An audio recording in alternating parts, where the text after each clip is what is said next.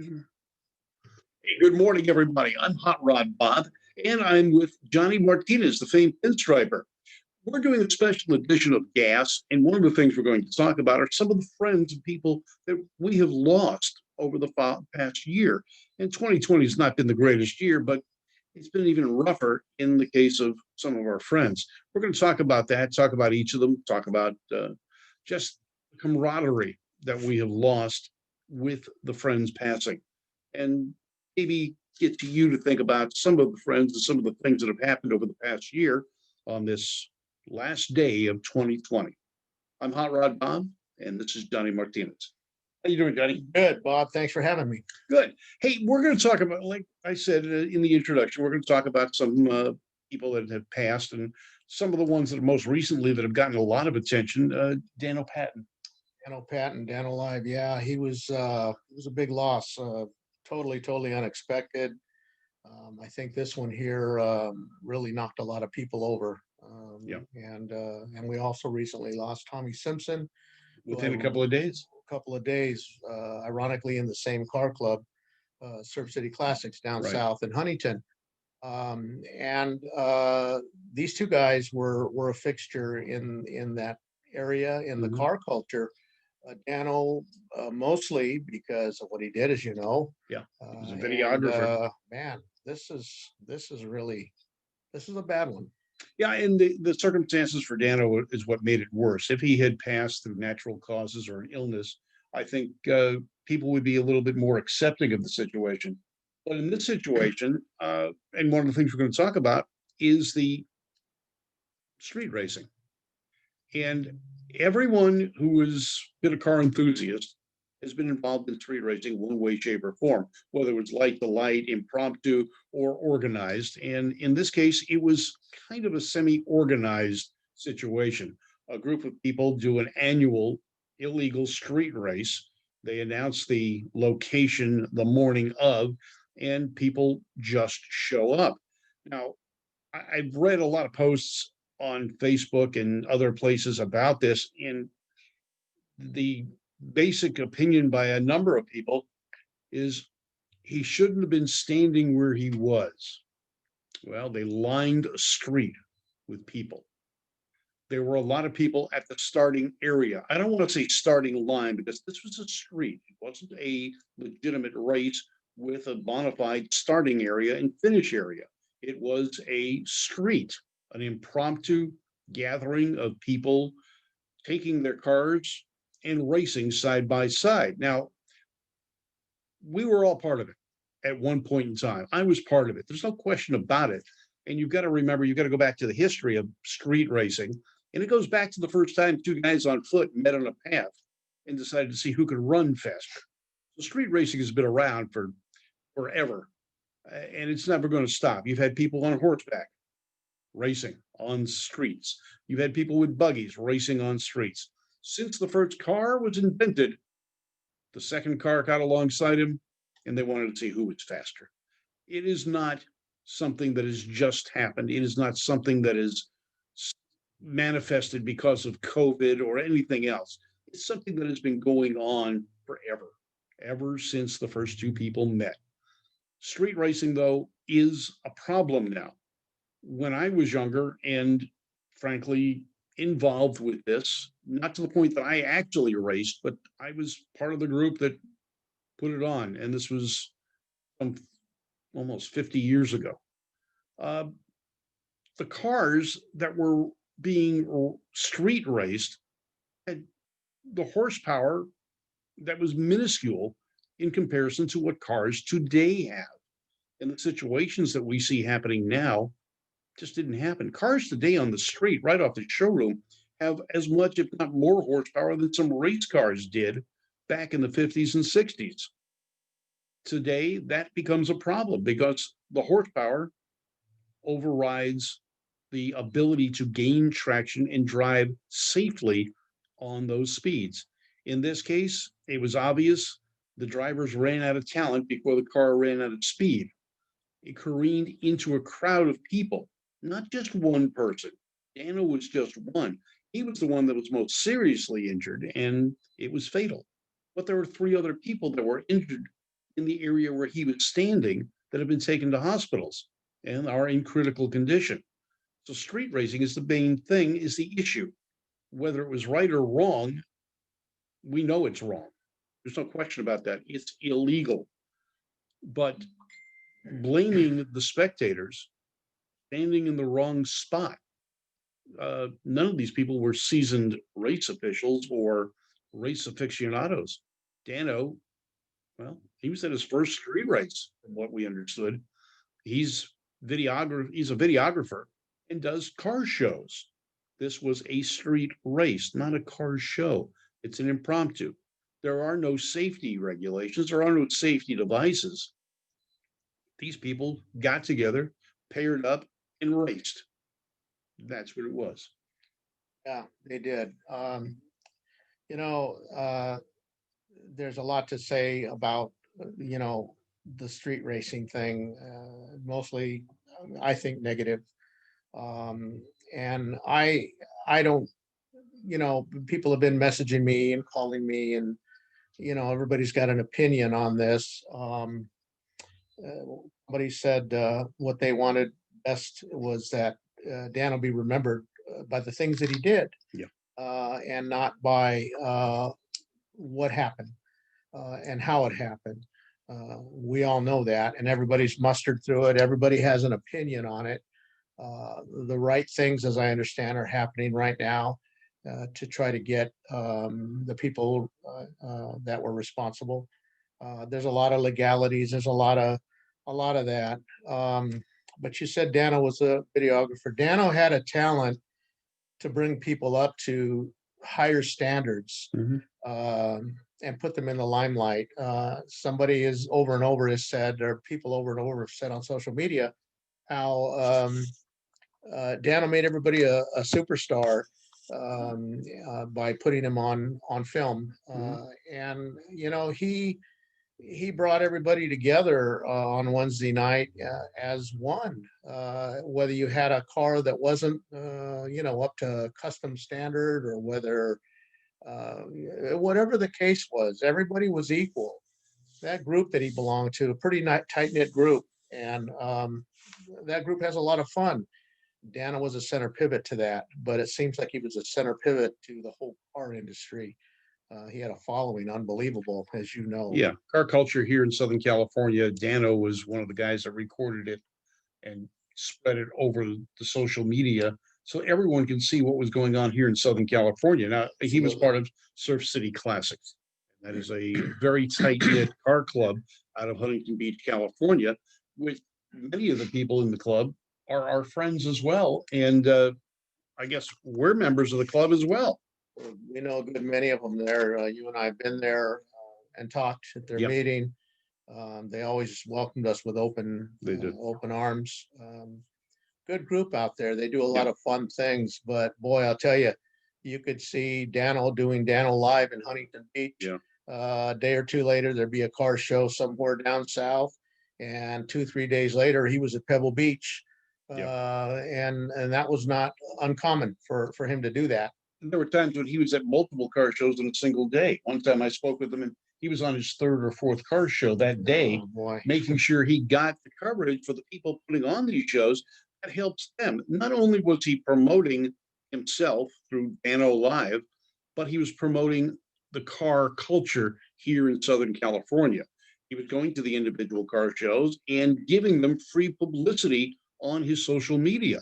He was not asking for payment by anyone. And he did this for the love of doing it. The hopes was to make a living from it, and he made some, I'm sure, but it was for the love of it. And he was a super nice guy. I don't know anyone that really had anything negative to say about him.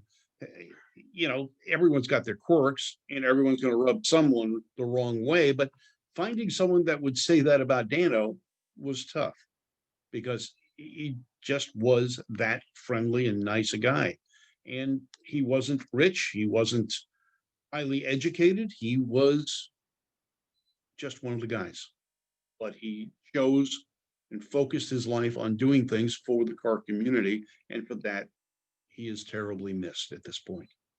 Now, we've had a number of other people within the automotive industry or car culture that have passed over this past year. As a matter of fact, within days of Dano, we had Patty Yokoi Matheson, who was a drag racing enthusiast and very popular on social media as well, in Las Vegas, passed away of natural causes. We haven't found out exactly what or so forth. We didn't know she was ill. Skip Davis. It Oh, was an boy. icon here in the Southern California area with his blue flamed 40 coupe. And another guy from Cruisin' Brothers Car Club, which I'm part of as well. And he was the past president and very well liked by everyone. A super neat guy. He passed away. Larry Fisher, the director of the NHRA Motorsports Museum, his situation and Skip Davis's were both cancer. Skip fought his for 2 to 3 years, and finally it took its toll. Larry Fisher got diagnosed and within weeks was gone. Tommy Simpson, we don't know what caused his Tommy passing. Simpson, I met Tommy several years ago when Surf City Classics wasn't, Mhm. when it was another group. And I met Tommy. I was invited down there to be a speaker for this particular group of people. And I went down there and I spoke at their meeting night. Afterwards, their ritual was just what these guys do now, Yeah. a cruise down Main Street. And so I got to do that. That's when I met Tommy. And Tommy walked up to me. He had a Grand National jacket. Mhm. I didn't know him that well. I just heard of him. He always had his signature black, I guess, kind of a cowboy hat. It Hat, yeah. reminded me of oh, that guy that did the karate chopping and Billy Jack. That's Billy what it Jack. kind of reminded me of. But a real gentleman guy, a nice looking man. He came up to me and he had a lot of nice things to say about me. And he told me then, he says, yeah, he says, I'm not well, John. He says, Mm. I don't know what I've got left in time, but I think he had some kind of a pulmonary or breathing situation. I'm not sure on that. But I know that that was something that he ailed with. Ultimately, I think that's what ended up happening was it was a breathing situation. Yeah. Of some kind of a disease or an illness. And he was a gentleman in his late 70s, really. Yeah, I I'm believe. not sure. He never looked. He looked good He looked good, yeah. however old he was. Yeah, he was well preserved. But Like us. he yeah, wow, I'll challenge that. But he was at all the events. He had I seen him in an open roadster. He had not long ago done a 55 Chevy, a Tri-5 Yeah. 55, and he was always at these shows. He was a fixture, and we were friends. And slowly, he was declining. Mhm. But they would to the point where the club would go pick him up. They'd cruise him around. Okay. He was still participating. His daughter kept everybody informed on what was going Okay. on. So we miss these guys. So these people that we've spoken of so far were people we knew directly. And I know there's a lot more.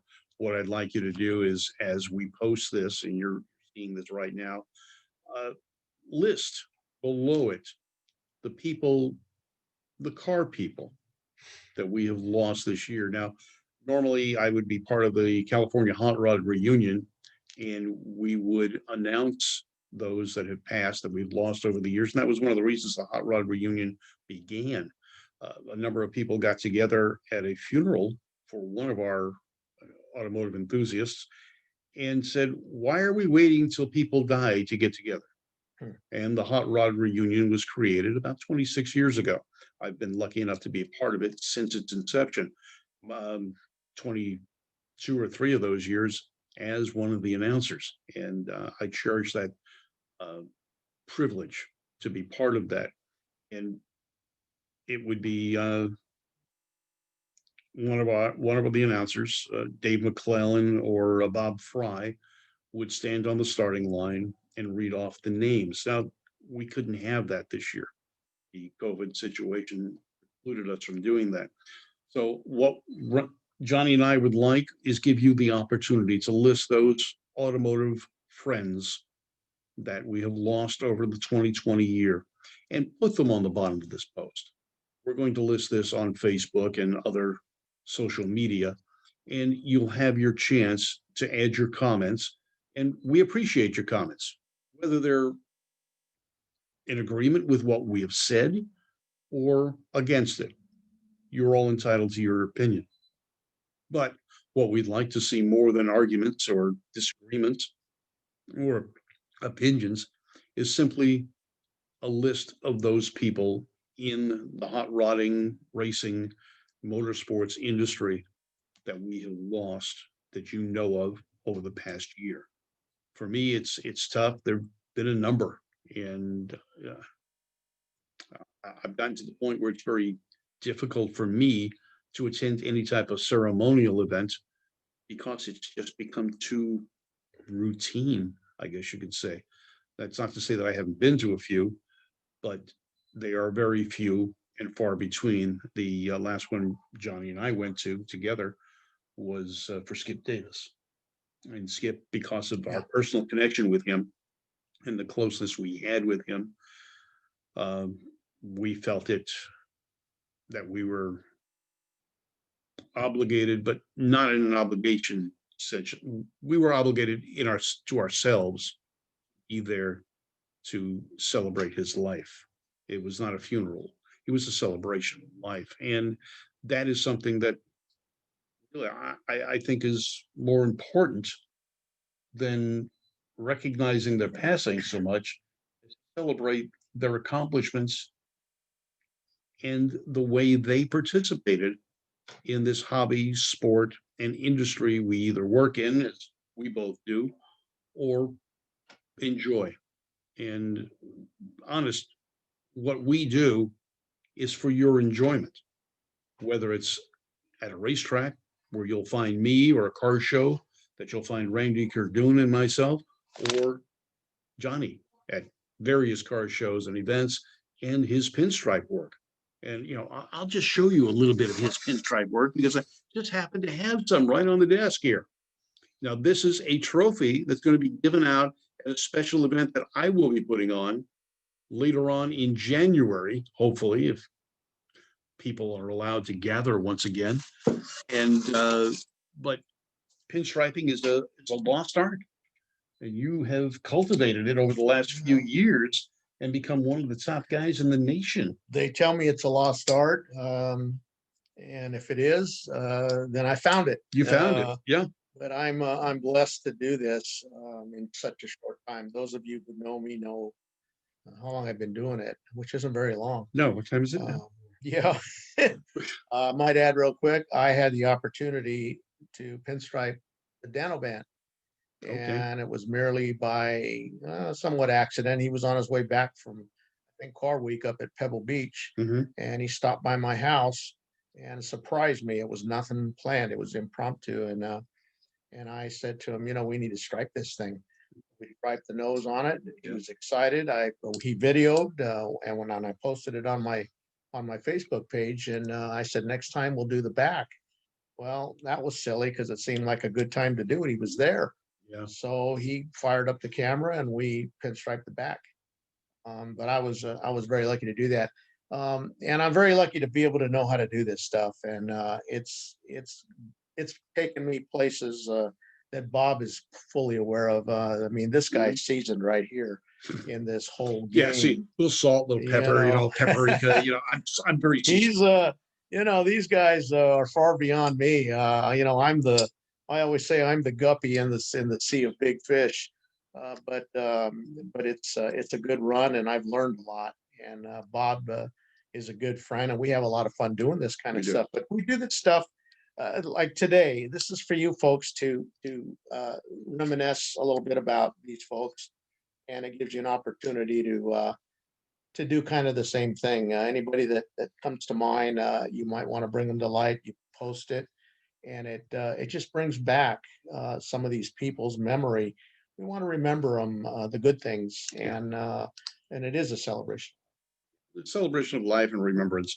So with this video, which we're going to post in just a little bit, if matter of fact, if you're watching, it's already posted. We recorded it, private studio, right? We're in my garage, folks. But we're going to post this so that you can post the people you really want to remember and want others to remember this year. 2020, it's gone. We got a few hours left and it'll be 2021. Tough year. And 2020 will definitely be hindsight and known for that. But anyway, I'm Bob Beck. Some people call me Hot Rod Bob. Johnny Martinez. It's New Year's Eve. We want to wish you all a happy and a healthy New Year's. And please list those you want to remember right here at the bottom of the page that this is posted on Facebook, Twitter, or wherever you happen to see it. I'm Hot Rod Bob, and you've got gas, a special edition here on New Year's Eve. Thank you very much for watching this, and hope we see you at a car show, an event We will. in 2020. We will. We will. It's going to come back. It will. It will. It's And gonna we'll be be better. there. All right, folks, you have a great day. I'm Hot Rod Bob. It's Johnny Martinez. Take care and Thank you. thank you.